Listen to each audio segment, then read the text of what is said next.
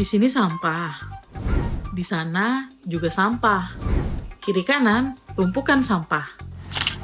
Di tengah perkotaan Tangerang Selatan, ini bukan pemandangan yang biasa. Kalau dilihat-lihat tingginya tumpukan sampah ini sudah melebihi tinggi badan kita. Sejak pertengahan Desember 2025, Tangsel lagi hadapi ujian berat. Sampah menumpuk, ruang publik jadi kurang nyaman karena aroma tak sedap. Iya, sering tiap hari malah. Iya, udah juga nggak ada yang ambil.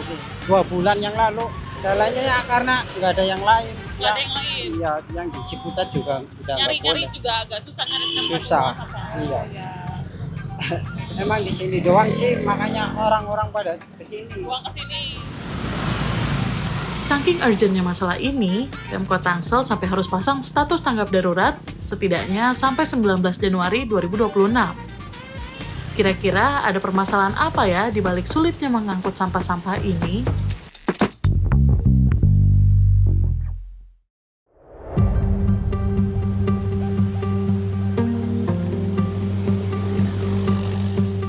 Beban 1.000 ton sampah per hari emang bikin kewalahan. Saking buntunya, tumpukan sampah cuma ditutupi terpal dan disemprot disinfektan akhir tahun lalu. Dan ya, sampai hari ini drama tumpukan sampah itu masih belum kelar. Yang paling kena imbasnya jelas warga sekitar. Salah satunya Ibu Nunung, pemilik warteg yang posisinya apes banget karena tetanggaan sama gunung sampah. Kebayangkan, niat jualan nasi tapi aromanya malah kalah sama bau sampah yang bikin pelanggan kabur. Ya ngaruh, kadang-kadang ada orang mau makan nggak jadi, bau katanya gitu. Itu ngaruh ke omset itu. Ngaruh, ya karena baunya itu. Ya. Emang nggak bau? Ya bau teh, mau gimana lagi ya orang saya di sini kata saya gitu. Kalau dibilang nggak nyaman ya emang nggak nyaman, cuman ya gimana kita nyari nafkah di sini kan.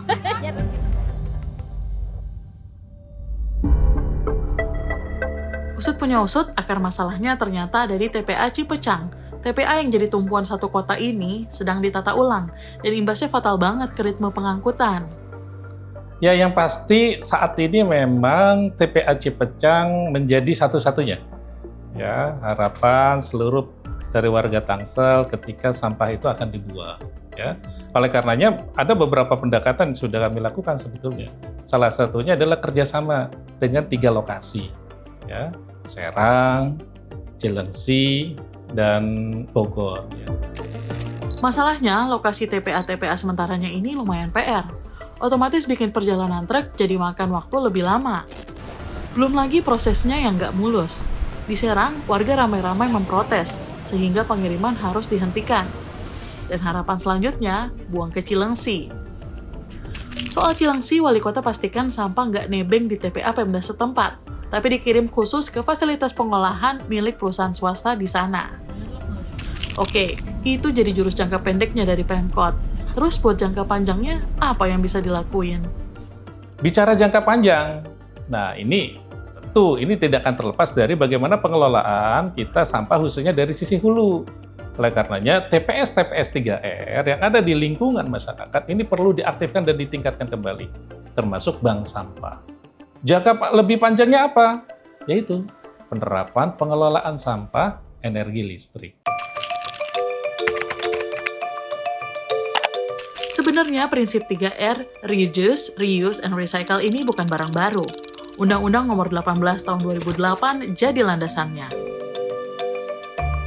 Ini seperti kayak kita mengulang kembali begitu. Yang padahal seharusnya dari 2008 itu kita sudah bisa proper sampai sekarang. Kita seharusnya sudah setara Jerman, sudah setara Jepang begitu. Tapi ya lagi-lagi ya tadi implementasi buruk, tidak ada edukasi yang menyeluruh, insentif yang nggak ada keberlanjutan. Ini yang menjadi masalah penting begitu. Nggak cuma Jepang dan Jerman, suksesnya mengelola sampah juga dialami Korea Selatan, Swiss, dan Swedia.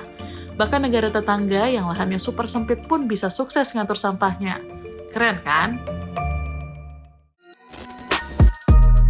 Saat berbagai daerah kesulitan mengatur sampahnya, ternyata ada loh sekelompok warga yang udah selesai sama urusan sampahnya sendiri. Meski masih segelintir, semoga inisiatif ini bisa jadi contoh buat wilayah lain. Inilah RW 09, Kelurahan Bakti Jaya, Kecamatan Setu, Tangsel.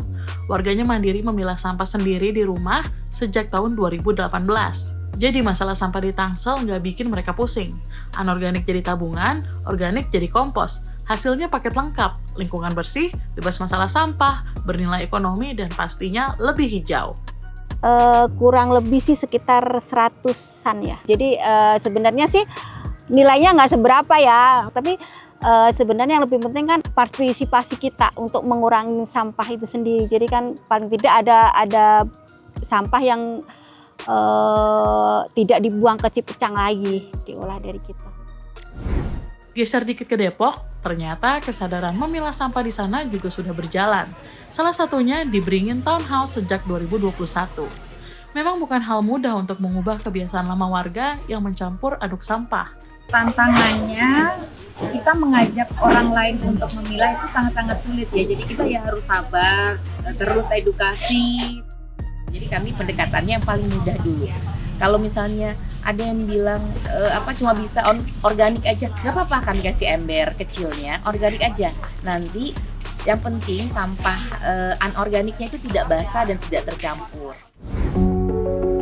Di RW 16 Perumahan Jatinegara Baru, Jakarta Timur ini, gerakan lebih masif lagi, dengan 150 rumah yang aktif memilah. Gak heran banyak daerah lain yang datang berkunjung buat belajar. Kontribusinya nggak main-main loh. Tahun 2025, mereka berhasil mengurangi 32,3 ton sampah yang masuk ke TPST Bantar Gebang. Belum lagi lingkungan jadi lebih asri. Bonusnya, mereka bisa produksi kompos melimpah yang siap dipasarkan untuk umum. Gimana? Tertarik? Pada akhirnya, masalah sampah adalah alarm bagi kita semua. Hari ini mungkin Tangerang Selatan, tapi bukan gak mungkin besok-besok kota yang lain. Jadi, kita sebagai warga bisa coba bantu beresin hulunya dengan cara paling simpel, bijak mengelola sampah kita sendiri. Sementara pemerintah perlu berupaya maksimal membereskan hilirnya dengan benahi tempat pembuangan dan regulasi.